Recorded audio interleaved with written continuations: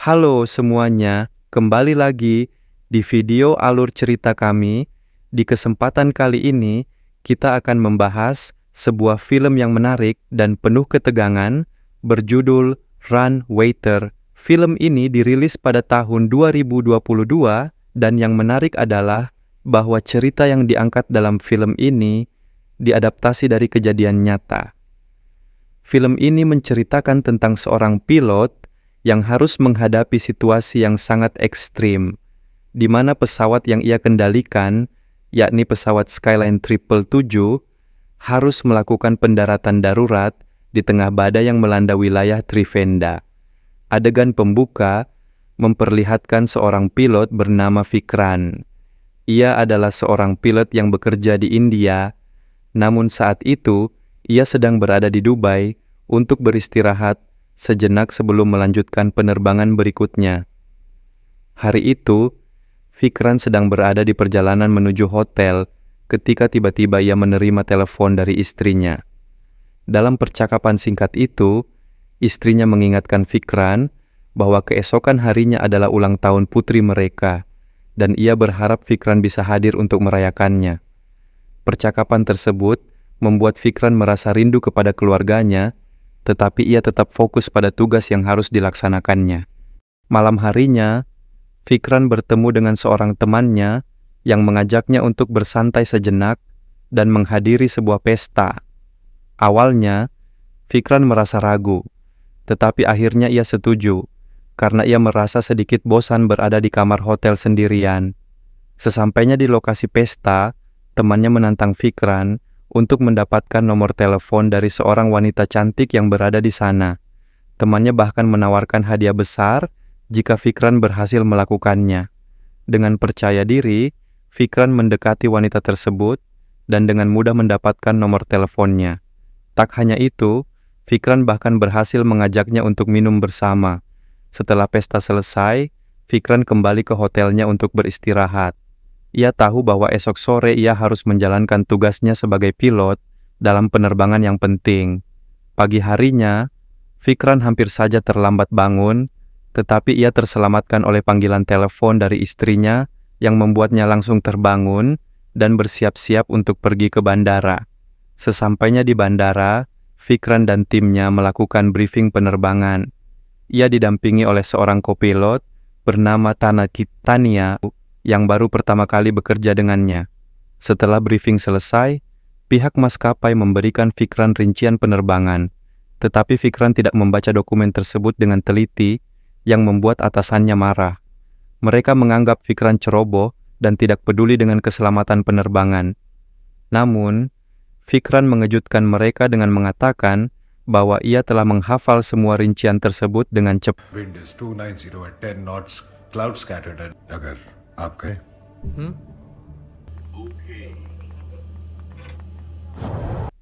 Walaupun merasa terkejut, tim maskapai akhirnya mempercayainya. Penumpang mulai masuk ke dalam pesawat dan Vikran menyambut mereka dengan beberapa informasi penting mengenai penerbangan yang akan segera berlangsung. Setelah pesawat lepas landas, Vikran meminta kepada Tania untuk menggantikannya sementara di kokpit karena ia ingin beristirahat sebentar, mengingat ia merasa sedikit lelah. Saat Tania bertanya tentang kesehatannya, Vikran meyakinkannya bahwa semuanya baik-baik saja. Ia juga mengatakan bahwa ia sangat ingin segera sampai di rumah untuk merayakan ulang tahun putrinya. Di tengah perjalanan, pesawat menghadapi beberapa gangguan teknis yang disertai dengan cuaca yang mulai memburuk. Sambaran petir dan badai membuat suasana semakin tegang. Vikran segera meminta Tania untuk memeriksa kondisi pesawat, dan Tania melaporkan bahwa semuanya masih dalam kendali, meskipun badai semakin kuat. Di sisi lain, di landasan tempat pesawat mereka direncanakan mendarat, seorang petugas bandara sedang bertugas meski dalam kondisi kesehatan yang kurang baik. Ketika pesawat Vikran mencoba berkomunikasi dengan petugas tersebut, mereka menerima informasi bahwa landasan dalam kondisi licin akibat hujan deras dan mereka disarankan untuk berhati-hati saat melakukan pendaratan.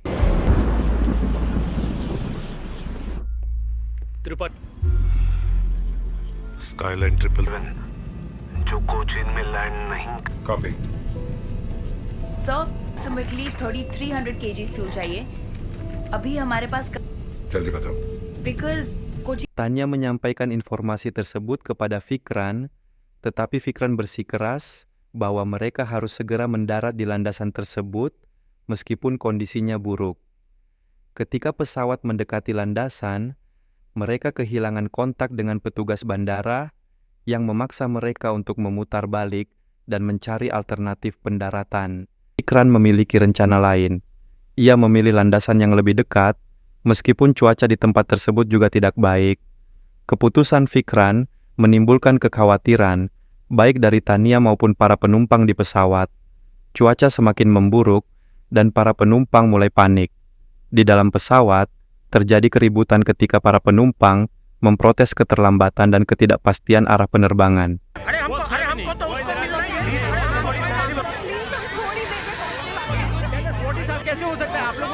Beberapa penumpang bahkan mulai marah, sementara Fikran harus turun tangan untuk menenangkan mereka. Please बैठ जाइए आप में से Ia meminta agar mereka tetap tenang, karena panik tidak akan membantu situasi, melainkan justru memperburuk keadaan. Para pekerja di Bandara Trivandrum pada awalnya merasa tenang karena tidak ada penerbangan yang berlangsung. Namun, ketenangan itu berubah menjadi kepanikan ketika cuaca yang memburuk secara tiba-tiba. Ditambah lagi, mereka menerima komunikasi dari Tania yang mengejutkan mereka karena mereka mengira semua pesawat sudah diberi peringatan sebelumnya mengenai kondisi cuaca buruk di sekitar landasan.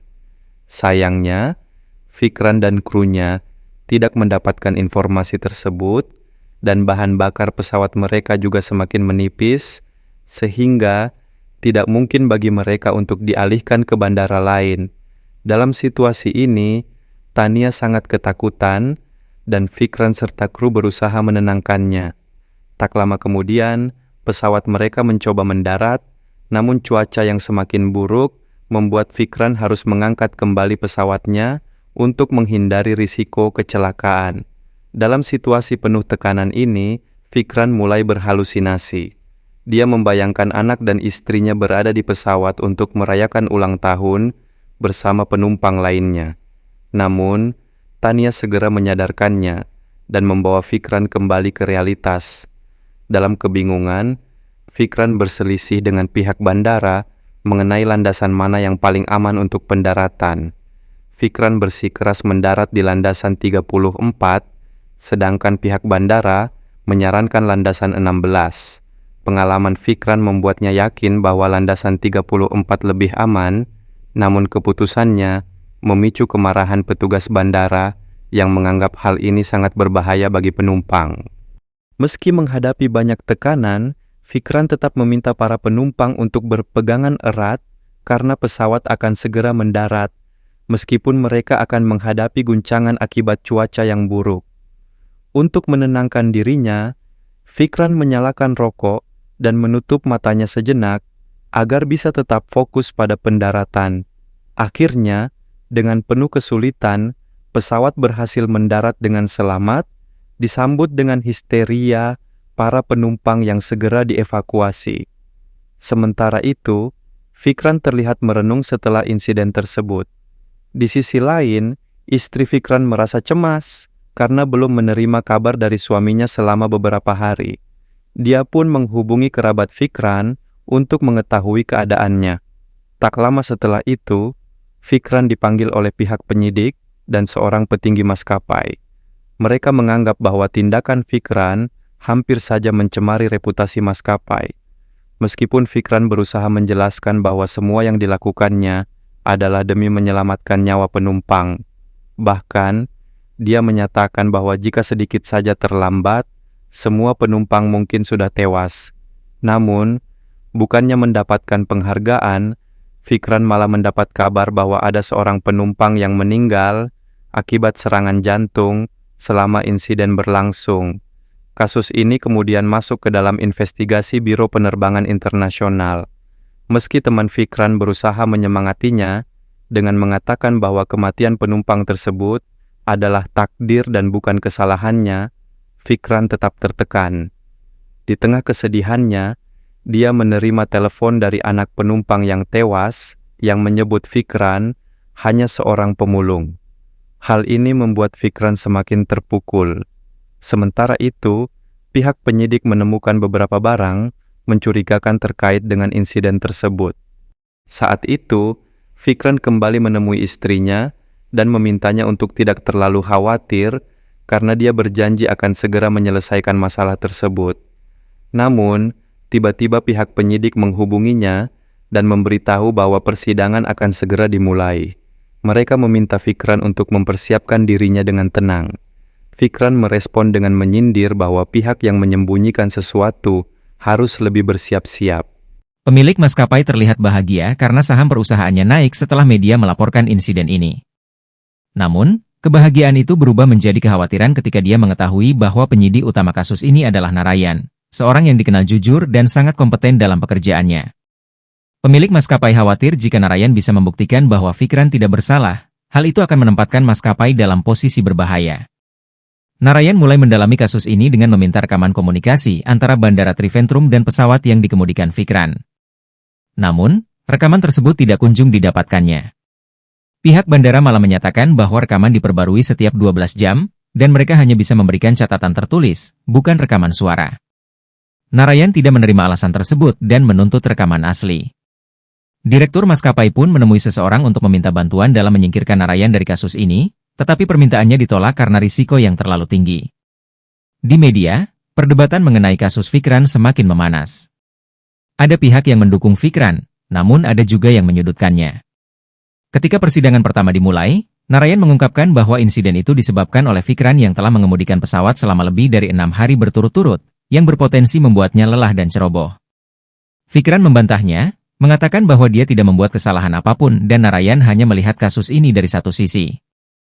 Narayan kemudian menunjukkan bukti bahwa Fikran mengonsumsi aspirin sebelum penerbangan, dan meminta agar Fikran menjalani tes detektor kebohongan. Fikran dengan tenang menerima tes tersebut dan berhasil menjawab semua pertanyaan dengan baik, sehingga sidang ditunda ke hari berikutnya.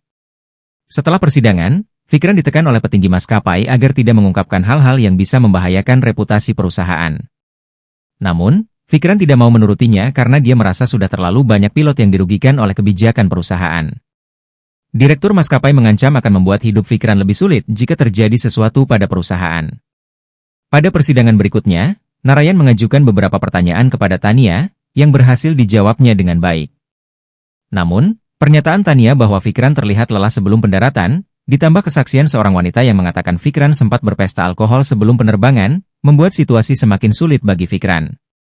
Meskipun Fikran mengakui pesta tersebut, dia menyatakan bahwa dia beristirahat cukup lama sebelum terbang dan tidak melanggar aturan apapun. Narayan tetap berpendapat bahwa Fikran telah mempertaruhkan nyawa penumpang dengan keputusannya untuk mendarat di landasan Triventrum. Tania kemudian menyebut bahwa Fikran melakukan pendaratan dengan mata tertutup, yang semakin menyudutkan Fikran. Persidangan pun ditunda lagi. Fikran kemudian meminta izin untuk melakukan simulasi penerbangan dengan kondisi cuaca yang sama, untuk membuktikan bahwa dia mampu mendaratkan pesawat. Hakim menyetujui permintaan ini, dan Fikran berhasil membuktikan bahwa dia bisa mendaratkan pesawat dengan aman, meski dalam kondisi cuaca buruk.